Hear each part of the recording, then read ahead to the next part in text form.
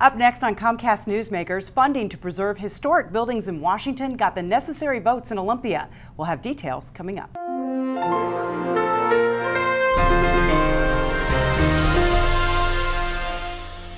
Hi, welcome to Comcast Newsmakers. I'm Sabrina Register. Today we are at Seattle City Hall, and joining me right now is Representative Pettigrew, who represents the 37th District, which is South and Central Seattle and parts of Renton. Downtown Renton. Downtown Renton. Yes. So great to meet you. Very nice to meet you, Sabrina. Yeah, thanks so much for coming on the program. Very happy to be here. So, historic buildings in Washington. This is something that you have had on your mind for quite a while, not just this last legislative session when you were able to get some funding. Yeah, in 2001, after the Nisqually earthquake, we saw some damage specifically in my district around Pioneer Square and in the International District. And there was a number of brick buildings that actually lost their facade. And it brought up a lot of concern for me. So I started doing some research and found out that many of these buildings are privately owned, and they're owned by families that have been around for a long time, but didn't have the money to keep them up in some way, to preserve them in a way. And so this last year, I went to the legislature and got some money to hopefully help some of those private owners not only protect their buildings, but also protect the history of the International District and the Pioneer Square.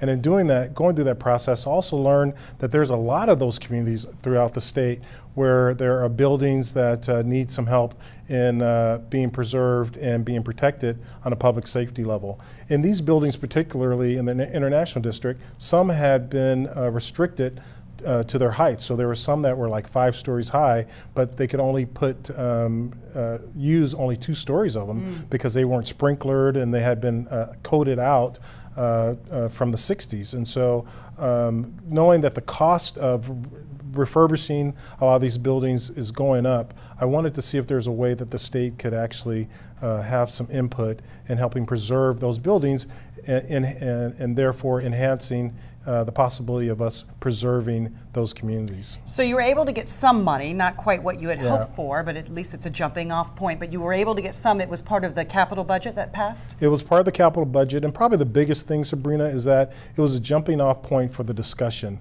And finally the attention is put on some of these communities where they could easily go away with another Nisqually earthquake in the future. And as you know, in the urban areas, the cost of land is going up, and the attraction to actually turning a lot of land into some developments that are condos and apartment buildings is really tempting for a lot of folks, and not much energy around the preservation of the history.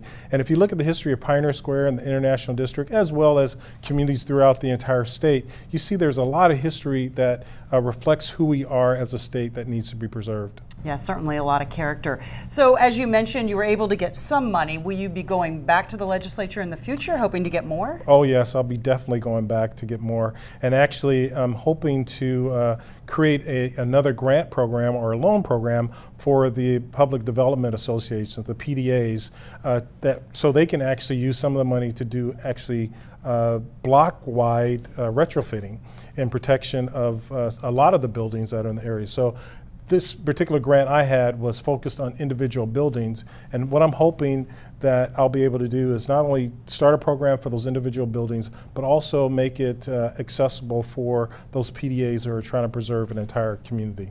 Because as you said, it really makes a difference. We don't want everything to look like condos and bright, shiny, new. I am such a big fan of history, and especially Washington State history. And if you look at the history that has flowed through Pioneer Square and the International District alone, it's not only Washington's history, but it's America's history, and it's really important that we preserve it. Representative Pettigrew, thank you so much. Thank you so much, Sabrina. And thanks for watching Comcast Newsmakers. Headline news coming up at the top and bottom of the hour.